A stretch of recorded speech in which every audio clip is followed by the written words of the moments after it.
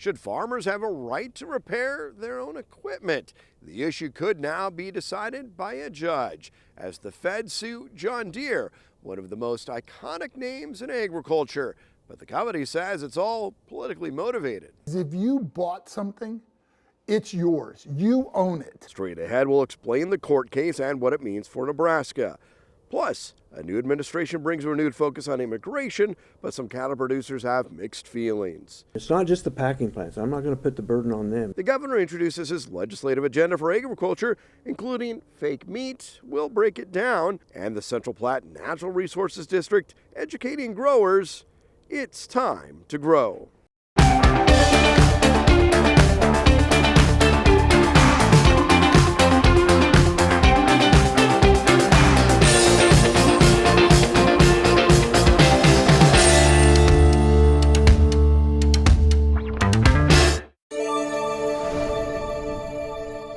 If you bought something, it's yours. Should farmers have a right to repair their own equipment?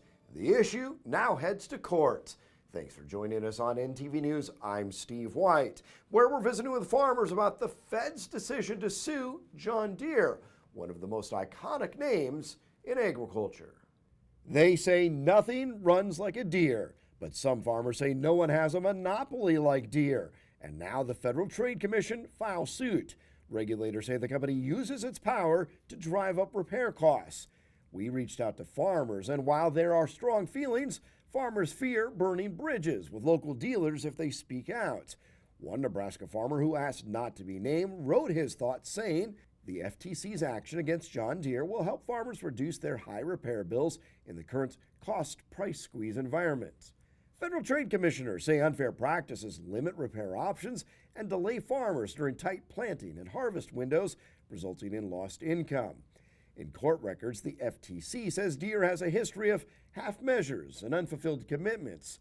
Deere fires back, calling this a partisan attack. In a statement, the company said, this lawsuit, filed on the eve of a change in administration, ignores the company's long-standing commitment to customer self-repair. The complaint is based on flagrant misrepresentations of the facts and fatally flawed legal theories, and it punishes innovation and pro-competitive product design.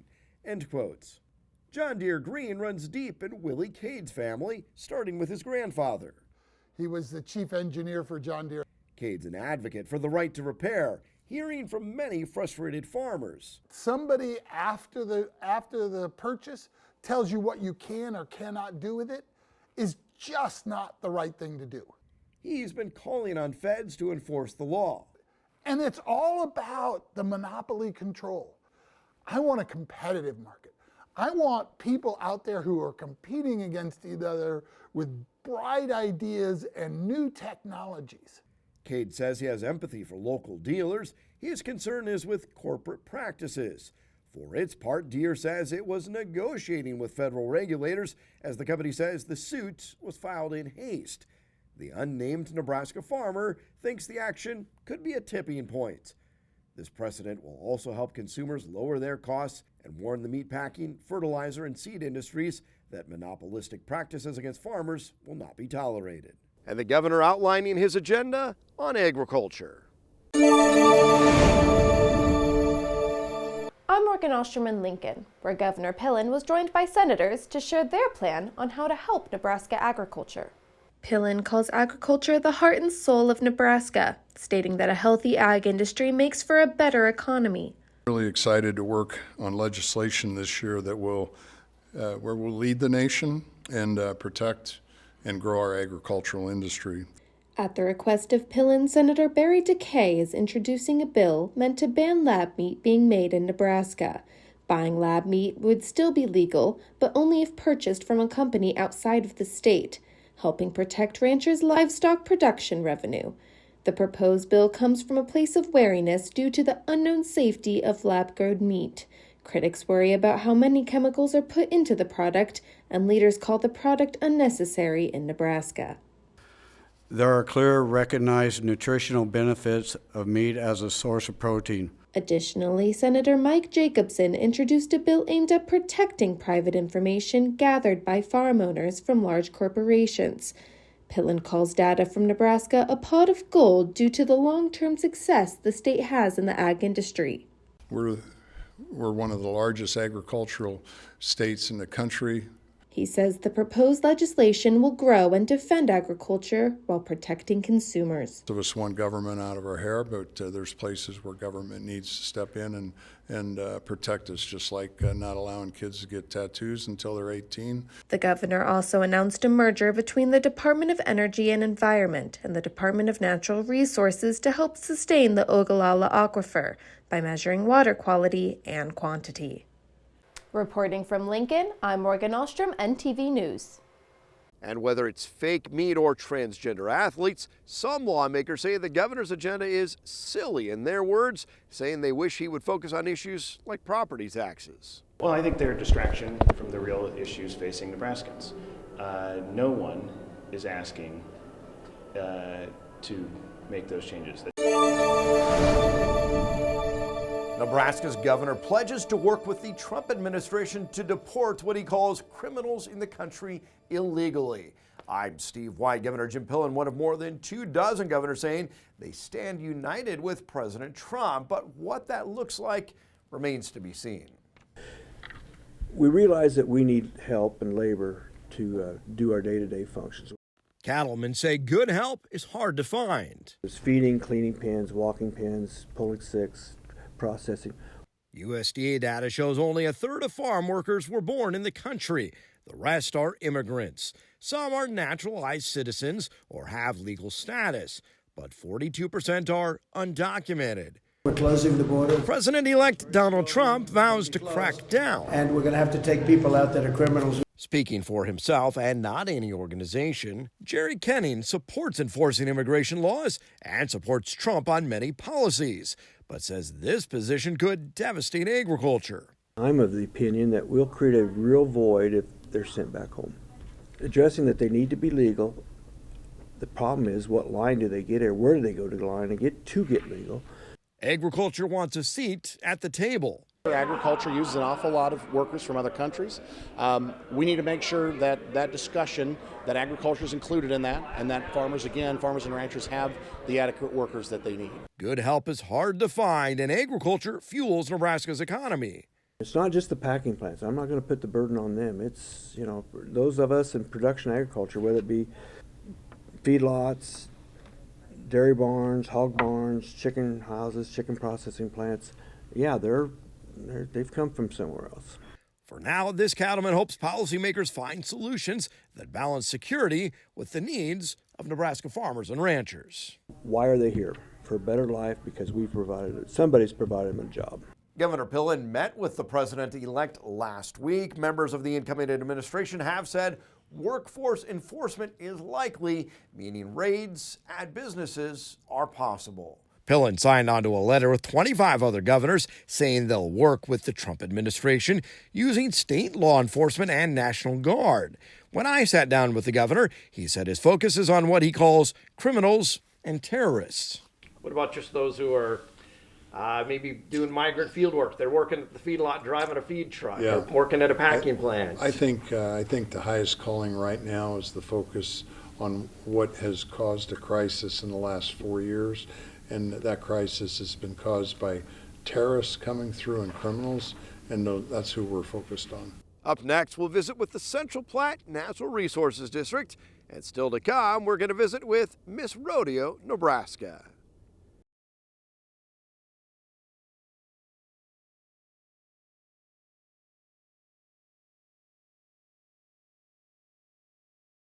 Well, irrigation certainly is the lifeblood of Nebraska agriculture, but protecting the quality of that water is important. Marcia Lee from the Central Platte Natural Resources District joining us. 10 years running, you've been doing this program where you update folks on water programs, and you've got a great event coming up. Yes, we do. So February 11th, we'll be hosting our water programs update at Bosselman Enterprises in Grand Island. This event is going to focus on water quality, and our speakers will be providing information and research on to both urban and ag producers. Certainly, let's talk about the egg producer side of it. And you want to be as efficient as you can be on the farm, especially managing that nitrogen and all of those things. This is a great opportunity to hear from some folks who are kind of on the cutting edge of some of this. It really is. One of our featured speakers is Dr. Richard Ferguson. He's with UNL, and he's a professor and one of the co-authors of the latest NEB guide that was released for irrigated corn. Some of the recommendations that are in this latest NEB guide are changes to practices that have been in place for over 50 years. So there are some big changes. One of those changes that Dr. Ferguson will be discussing is the avoidance of fall application of nitrogen fertilizer. That's a big change. And then also the reduction of spring application prior to planting. Another change is the shift towards sensor-based in-season And I was going to ask you about that. That's something that has been happening here. The research has actually been happening within the Central Platte NRD for several years, and it's been, I think, pretty successful. Now, I think there's really a push, and Dr. Ferguson's been at the forefront of this, of how do we make sure we're managing that in season? That's true. We've been working on it. We're very pleased with the new recommendations. And Central Platte NRD actually has a cost share program in place for producers to try this new sensor-based in-season nitrogen management. And the technology with the sensor-based approach is it uses satellite to look at each plant and give a precise recommendation on what the plants need throughout the growing season, which is very, very precise and more efficient with nitrogen fertilizer. And the NRD staff will be providing some updates so people can know what are some of the changes maybe that have been happening. Yes, some of our NRD staff will be providing information on our new phase areas for nitrogen management. And then we're going to have some fertigation results. We are going to have cost share programs that are available. And I think if you need some continuing education credits, you can get that done at this meeting as well. We do have continuing education credits for water well contractor license. And also, if you're in the phase 2 and 3 areas of our management program, the attendance replaces the need to take the nitrogen certification test that is required each year. And free meal, it's a free event, but you probably need to get a head count. So if people are planning to go, what do they need to do then? Please register by February 4th. You can call the Central Platte NRD at 308-385-6282. You can email me at lee@cpnrd.org, and you can check out the information on our website. We have a full schedule on our website at cpnrd.org. Should be a great event. Marcia, thanks for being with us. Thank you, Steve. Our Grow Weather Outlook is next.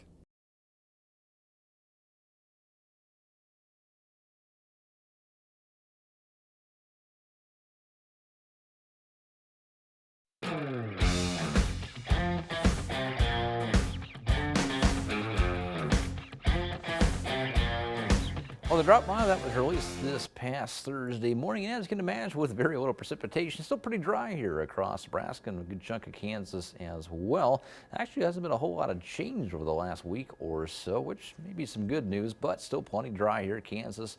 A close look at you guys. No drought now stands about 35.25%. Abnormally dry still stands at 6.75%. Moderate drought stands at 24 2/3%, and all of that really the same as last week. Still no severe, extreme, or exceptional drought, which is certainly good to see. Moving up north to Nebraska, very little change here as well.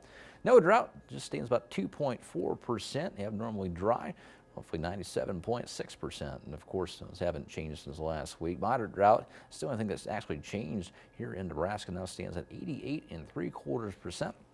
About a 4.5% reduction compared to the week prior, and then severe drought still stands at 46%, and extreme drought still stands roughly 8.16%, most of that out in the panhandle. So still could use plenty of moisture. Of course, so we got some cold temperatures on the way, kicking off our next week here as well. February temperature outlook was released by the Climate Prediction Center. It looks like some of in eastern parts of Nebraska looking at slightly below average temperatures. Otherwise, maybe extreme southwestern Kansas, maybe slightly above. The rest of us looking pretty average for the month of February, at least for right now. As far as precipitation goes, looking at maybe relatively average totals for most And of course, maybe the western part of Kansas maybe looking at slightly below average precipitation totals, but temperatures the next 3 months, looking at February, March, and April, that is. A good chunk of Nebraska actually expecting below average temperatures, maybe the exception of southern parts in the state, and then all of Kansas looking at relatively average temperatures. So again, maybe a brief warm up potentially down the line, but it might be a long time yet. Otherwise, we do have, looking at the next 3 months precipitation-wise, kind of a good mix here of maybe slightly below or near average totals for all of Nebraska and Kansas. Your Grow Almanac here for the week ahead. Normally see a high right around 36 and normal low right around 15. Looking at kind of a colder as we start to the week. Might get better towards the middle and end of the week. 31 the average high, and the average low stands at about 8 above. So here is your week ahead, starting off at maybe 6 below for us later on tonight. It will be a cold one, and of course our Martin Luther King Day Monday starting off on a cold note for the week as well. Good news is by the middle of the week we'll be talking temperatures back in the 40s, and of course temperatures staying pretty mild, staying relatively dry as well. Maybe tracking a slim chance of moisture. Got to watch maybe Wednesday and the Thursday. Other than that, looks pretty dry. Of course, speaking of dry, in January, if the sun appear, March and April pay full deer. Maybe a sign of things to come. Maybe some more moisture on the way come spring. Well, let us look at your Grow Weather Report. Stay tuned next week when once again it'll be time to grow. Still to come, we meet Miss Rodeo Nebraska.